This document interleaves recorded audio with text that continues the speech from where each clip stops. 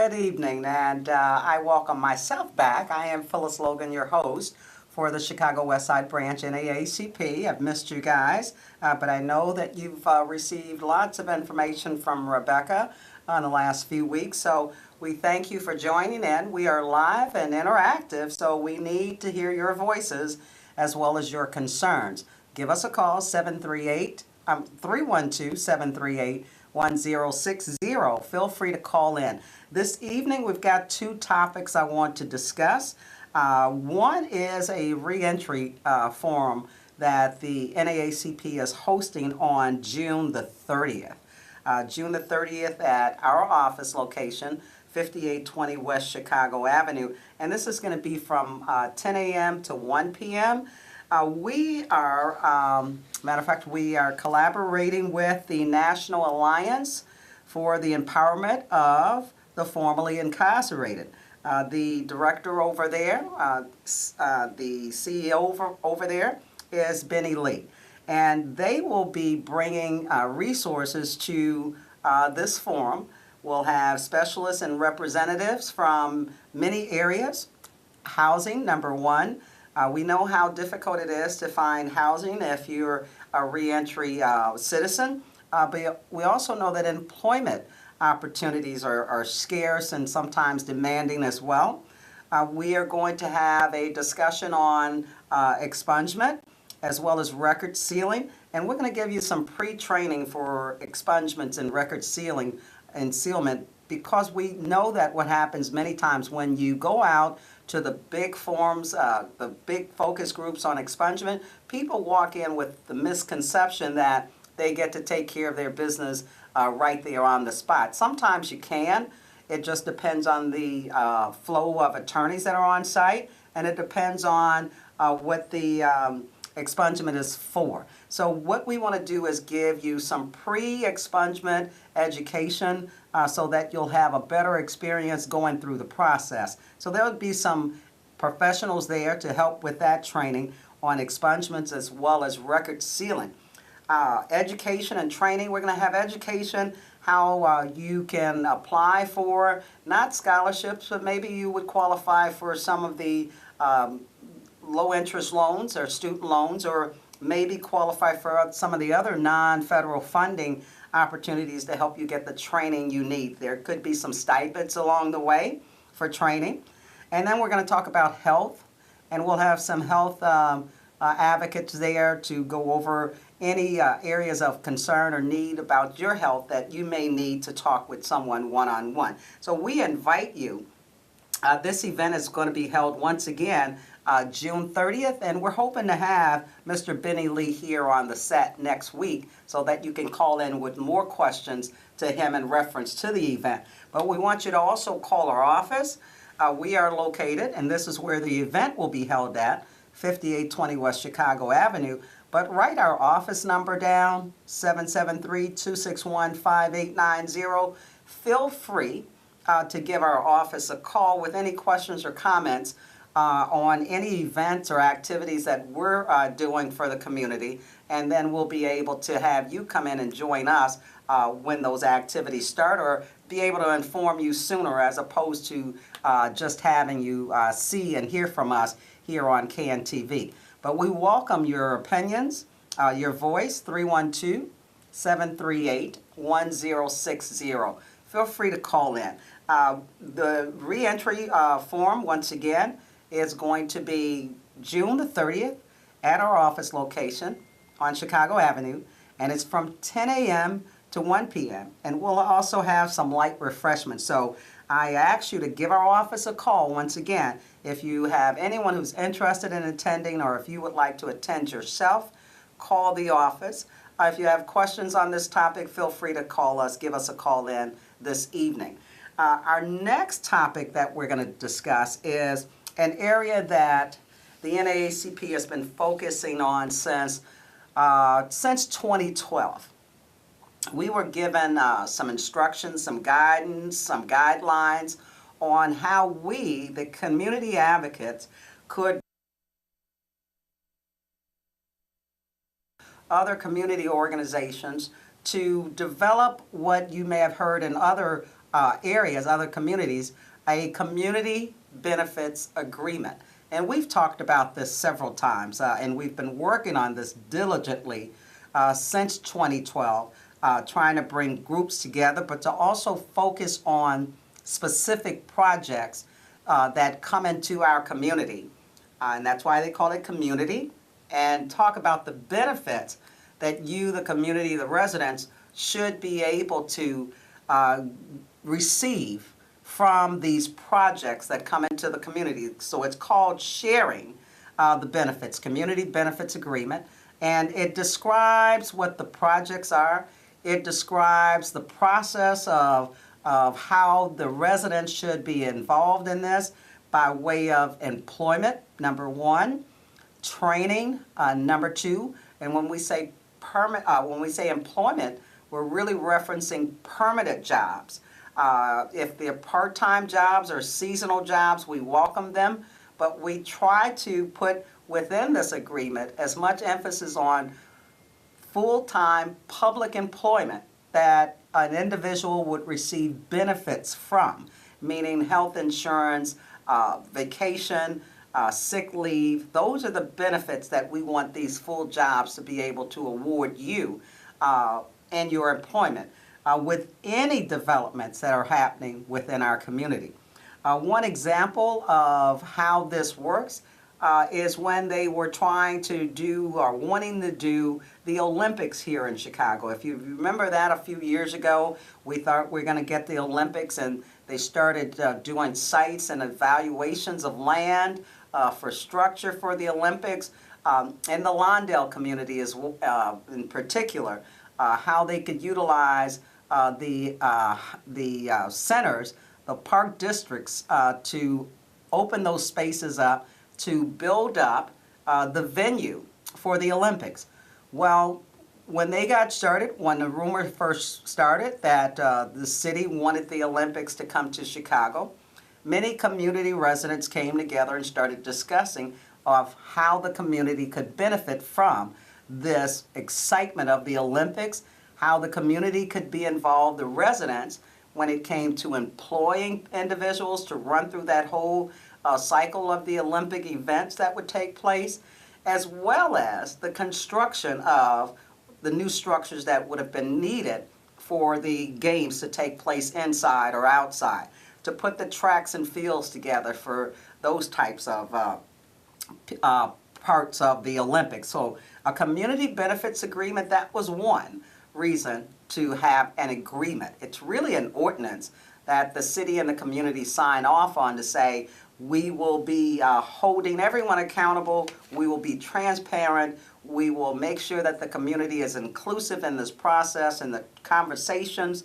in the structure, but also in the opportunities, which are the benefits, the jobs, whether they be full-time jobs or part-time jobs, but also contracting.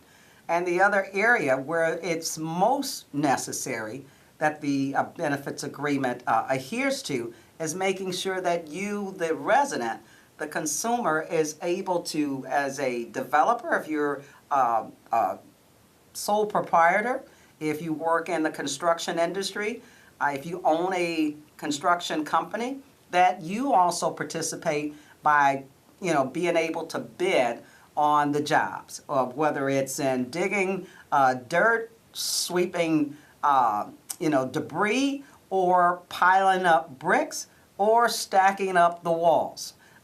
Those are contract opportunities. But with the contracts, we also want to make sure that we've got enough people who are being trained, which is why one big component of a community benefits agreement is training.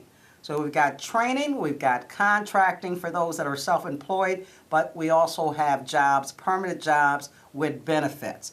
So all of those pieces would be inclusive in a community benefits agreement.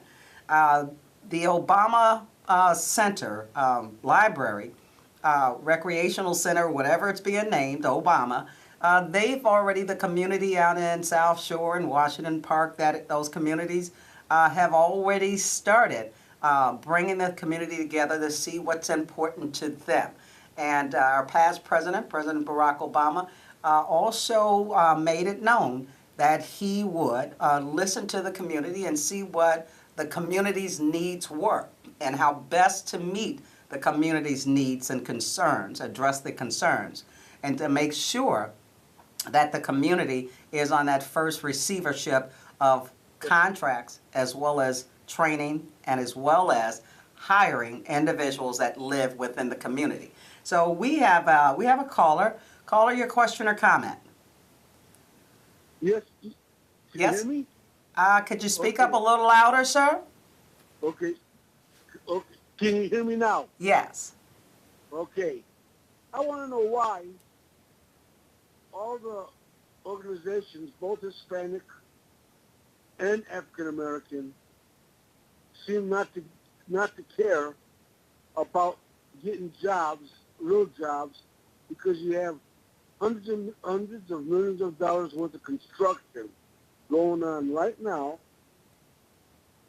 70 cranes working like crazy, and not one Hispanic or not one African American construction company working downtown. Why is it that we never get the jobs, and we have good organizations like yours, but I don't hear anything?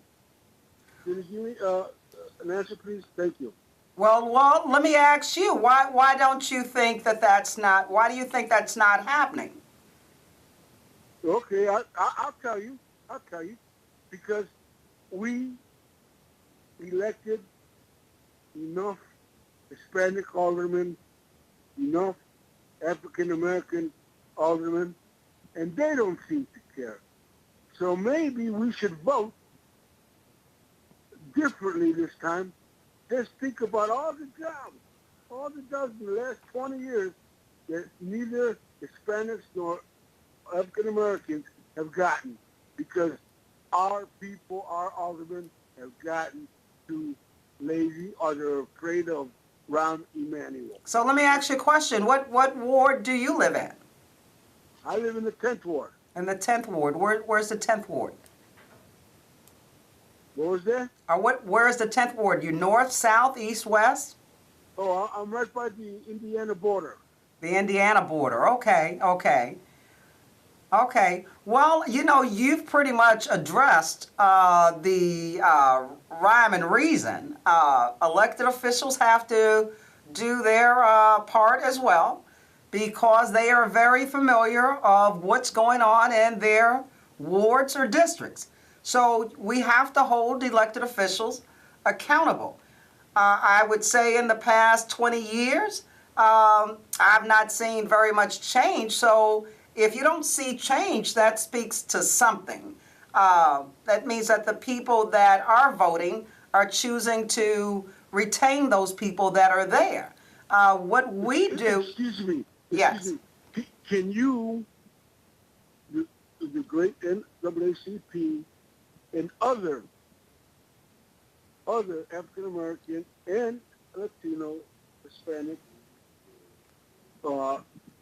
clubs or organizations, why don't you go on TV or get in the paper and say, listen, we're not going to vote for you guys anymore because you haven't had any change in 20 years. Okay, so what I would say to that is that, when I give out our address and I talk about events and forums that the NAACP is hosting or sponsoring for the community come out, and we need to hear your voice because we cannot vote for you. But we have forums and outreach events on many occasions talking about civil rights, talking about voting rights, talking about the needs of the community, talking about how to vote for people who represent your needs and your concerns, who really are there to address the problem. But for some reason, it seems to just keep churning in that same path. I've not seen very much change from one elected official to another. And to hear that that's a problem, and the problem's not being resolved by way of voting a person out of office, then you'd almost have to ask, why aren't people voting them out of office instead of continuing to keep them in office? Does that make sense? Yes, but you know what? Maybe it should be called voting rights. Maybe it should be called voting right. Well, it is a voting right, but we talk about all the things that go with the voting rights. So you vote one time, but it's also a continuous of your aldermen being connected to your councilman, to your ward committeeman, to your Cook County commissioner, and then to your state elected officials, to your governor. There's a trend there that all things happen when all things are put together, and they happen in a larger space. So let me go back. The jobs, and we're going to speak about that in a minute before we run out of time. In reference to construction jobs, and I think I talked about this maybe 3-4 weeks ago, the Community Benefits Agreement addresses construction jobs. Anytime there are federal funds for a project in your community, the first priority to employment are the people within the community. That's called HUD Section 3. Section 3 talks about not just only hiring from within the community, but also training and being able to give contracts to minorities. What we've tried to do is get this information out as much as possible when you see those projects going on and you don't see people on those jobs that look like you. And sometimes those could be 24-hour jobs. So you can't stand there, and not unless you could, if you had the time, to sit and watch a job site 24/7 to count the number of people who look like you that are on the job sites. Sometimes we try to focus on one project or another. But if these projects have any federal dollars, any taxpayer dollars attached to them, whether they're city, county, or state, or federal, they have to adhere to the rule of the road, which is to hire the people within the community. And we know that many of these projects are within the corridors of low and very low income families. The purpose for this rule is to help get people out of poverty and to build wealth. So if you had a job and you were being... Excuse me 1 second, please. Excuse me 1 second. Go ahead. Great show. It was a pleasure, believe me, a pleasure talking to you that had some knowledge about the problem. But we all got to get together. Otherwise, this is going to be making all the money. It's not going to be our people. Well, I just told you what one part of the solution was. About people shooting each other. Well, we'll get on that conversation at another day. But today we need to educate our communities on how we're looking to structure agreements that could help, combat some of the issues and concerns that the last caller just had. How do we get people around these projects within the communities where these projects are taking place? How do we get people from the community to get hired on these job sites? Well, number one, it starts with training. If you have less skill sets that are required, you need to be trained. But there's also jobs for low-skill workers as well. So there's no excuse not to hire you because you're not trained to be on the job. You could be trained to put up fencing on the outside. You could be trained to deconstruct a facility, to take the bricks down after someone has mortared them back up, to take walls down. It's called gutting the property out. You could be trained, that's low skill work. You could be trained to do that. We can all demolish something. But that's just one side to the Community Benefits Agreement, is to provide training so that there is no excuse why they cannot find people that are capable of, that have the skill sets to do the job. So training comes with this, understand that. The next one is to hire from within the community. So number two is to make sure that you scout out for people that are in the community. We have a hiring today. We're hiring today. Come and fill out your application. That has to go on that job site as well, to tell the community, give notice to the community, we're doing this development and we'd like to hire you. Come and apply for the job. The third thing is to also have minority contractors. If the project is federally funded, state funded, taxpayer dollar funded, These are things that we have to hold our elected officials' feet to the fire so that they can go and tell the developers, the big contractors to say, hey, you're not going to come into my community and build up this wall around my community, and my community, the stakeholders there, the residents there, do not have adequate employment from this project, especially if it's got federal dollars attached to it. So the community benefits agreement is what the Westside NAACP is working on right now. And our focus now is on any development for the schools that were closed in 2013. All the public schools. We had about 9 or 10 on the west side of Chicago. 3 or 4 of them have already been repurposed with after-school programs for youth, art centers, training centers. But we're saying to our elected officials that if CPS lets a developer come in to bid on this building, this brick and mortar, the community wants to play a role in it. The community has to benefit by way of training, by way of contracting, minority contracting, to have their own say on who to hire, small contractors, self-employed or small businesses, as well as hiring people from within the community. So that's the part where you, the audience, can help us out at. Once again, our office number, and feel free to call this number, 773-261-5890. We have got to have more community stakeholders join us on this effort of putting this community benefits agreement together. The more we hear from you, the community, the residents of the community where these projects are being taken place, the more we can control who comes in and which projects get to be built or constructed, as well as to make sure we're policing, to make sure that people from within the community are trained, are being given contracts, as well as being employed by these sites. So we need your assistance, community. We need your support. And it cannot happen. It's not going to change if we don't just choose to change today. So I need you, I urge you to call the office, 773-261-5890, and let us know that you want to be a part of the conversation.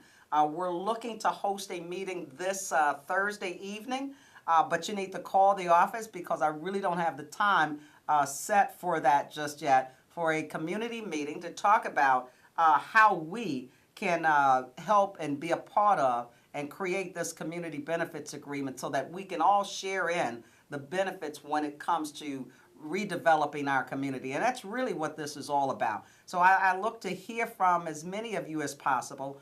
Call the office. Didn't get many of you to call in today. Thank you, caller, who did come in. I'll give you the number one more time, 773-261-5890. And next week, we will have Benny Lee, the executive director over at the National Alliance for the Empowerment for the Formerly Incarcerated, to talk about our program for June 30th over at our office from 10 a.m. to 1 p.m. And we're hoping that you'll be able to call in and share any concerns that you have. So next Tuesday, we have a guest, and we hopefully you'll be able to get more people to chime in and be a part of the audience. So that's going to do it for me. I am Phyllis Logan, your host. We welcome your voices as always. And the NAACP is here to support the efforts of our community. We are advocates. We are agitators in many cases, but we do try to get your voices heard throughout the state of Illinois, throughout the United States for that matter. So we look forward to speaking back with you guys again next Tuesday at 6:30. Tell your friend, tell a relative to please chime in to the show. Thank you again, and have a good evening.